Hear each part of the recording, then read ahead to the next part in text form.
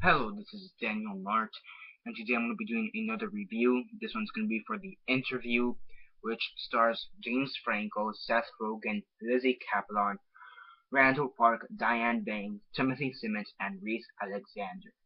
So yeah, after all the commotion, after all the threats, by North Korea, after several reconsiderations about canceling the interview has finally been released. So yeah, it has a really limited release in the United States. Um, in the United States, in the place I live, in the state I live, there's only one theater that's showing it. So yeah, but you could still watch it on YouTube and Google Plus and other streaming websites. So yeah, I'll leave a link down below for those who want to check out the movie through YouTube. You do have to pay $6 though. So yeah, but it's very hard apparently to find a theater who's actually willing to show it. As I said before, the state I live in, like the actual state, only one theater is playing it, and yeah, so that's just how limited it is. Okay, so yeah, before I actually begin on the review, interview, review, whatever. Before I actually get to the review, 10-second spoiler warning as usual for those who have yet to actually watch the movie. Stop the video, go check it out, and then come back here and watch the rest of this review. 10-second spoiler warning as usual, starting now.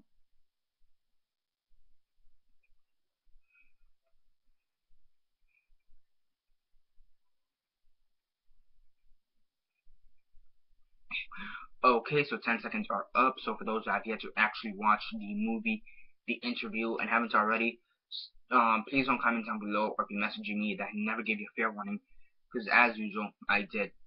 So yeah, as usual, quick synopsis, likes and dislikes, and then the rates. But I do want to put a disclaimer for this, because apparently many people who are reviewing the film, they're not really reviewing the film. They're reviewing the controversy around the film, which is kind of sad, to say the least. They're really just looking at the controversy and saying how ridiculous it is, but they're not actually doing a review of the film. They kind of missed the mark on that, and then they say that the film is bad or retarded or something.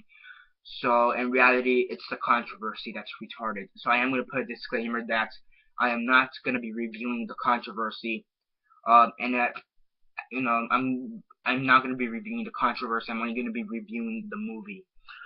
So yeah, I may touch upon the controversy, but that's not going to be the main focus. Though, if you guys want to hear my opinion on the controversy, there is going to be a theory video this weekend for that, because there's actually a pretty interesting theory behind this. It's a political and movie theory. So yeah, now to the actual review. So basically, you have James Franco and Seth Rogen, and they play Dave Skylark and Aaron Rappaport, respectively, and they they're basically and they basically they interview people. Okay, they interview huge media stars like Eminem and Emma Stone and Nicki Minaj. From what, because that's who some of the people who they show and or say they've interviewed in the movie, and Michael McConaughey as well. And basically they interview. So yeah, but many people don't seem to, like, major news channels don't really seem to take them seriously. So in order to get them to get more serious attention, so people could take them more seriously, they decided to start interviewing political figures. The first one on the list, or the first one that chose to be on the list, was Kim Jong Un. Um, yeah, Kim Jong Un, whatever. Um, so yeah, so they go to North Korea, inter and they go to North Korea, but the CIA has told them to kill Kim Jong Un through poison, and now they have to kill him. And yeah, you also have there's also a subplot with Seth Rogen's character in which he finds love in North Korea with with Diana Banks' character Sook, and yeah, this movie. Oh my god, it is retarded. It's retarded. I am gonna say it, but it's a good type of retarded. It's so retarded that it's actually pretty good. It's pretty hilarious. I will admit that the first 20 minutes are eh. The first 20 minutes it does kind of try to find itself, it does try to find its pacing. But after the first 20 minutes, it's hilarious. Yeah, I mean most of the jokes, some of the jokes are hit and miss. But for the most part, the jokes are hilarious. The chemistry between all the characters that's developed really well in my opinion. And I think James Franco, I think I think out of any character in this movie, or any actor in this movie, I think James Franco probably was the best one who did his best, because he was supposed to portray this idiot, this idiot, who has like he's a playboy idiot, and yeah, he's basically supposed to be playing an idiotic playboy, and that's what he does perfectly, and he portrays the character very well.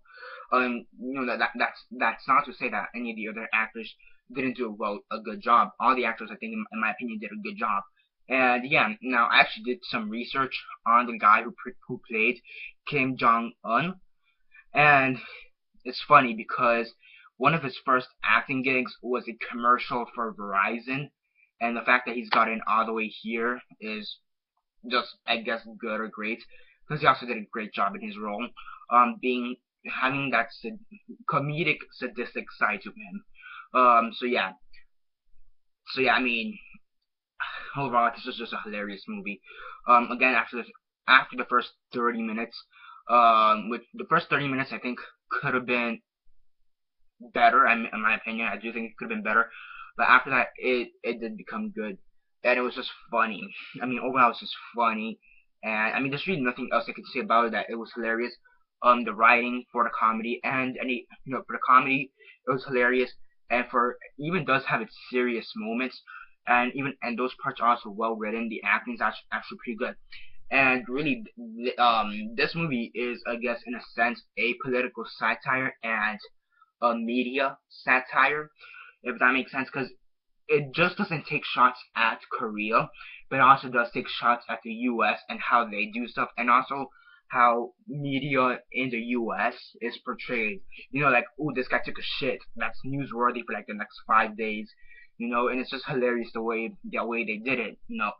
Because I mean, media, I guess, in a sense, is like that.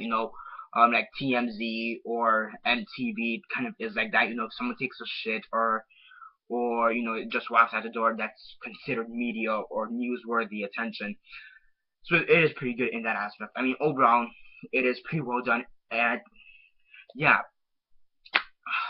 overall, it's actually a pretty great movie. It did surprise me. I thought it was, I did think it was gonna be good, but I didn't think it was gonna be as good as I would have thought it would be. So it did surprise me. On a scale of 1 to 10, 1 being the worst, 10 being the best, and 6 being decent, I give this an 8.5 out of 10. It's a pretty great movie. Definitely do check it out. Again, the link down below for those who want to check it out. But again, you do have to pay $6. So yeah, be prepared for that. Or you could just check it out on your local state theater that's playing it, if at all. So yeah, that's basically it for now. 8.5 out of 10 is what I give this movie. And yeah, subscribe if you're not already subscribed. I do movie reviews, TV show reviews, and comic book reviews. So definitely do stay tuned for that. Besides that, comment down below on your thoughts on the movie. Have you seen it? And if not, why not? And do you think the controversy around this movie was worth it? I do see where some of the controversy could have come from, but in my opinion, I think that North Korea should have just banned the movie if they were really pissed off. So yeah. So yeah, comment down below on your thoughts on the movie, and do you think the controversy was worth it? Like the video, share on Facebook, Twitter, MySpace, or whatever you guys prefer, and that's basically it for now. This is Daniel Mart, signing off.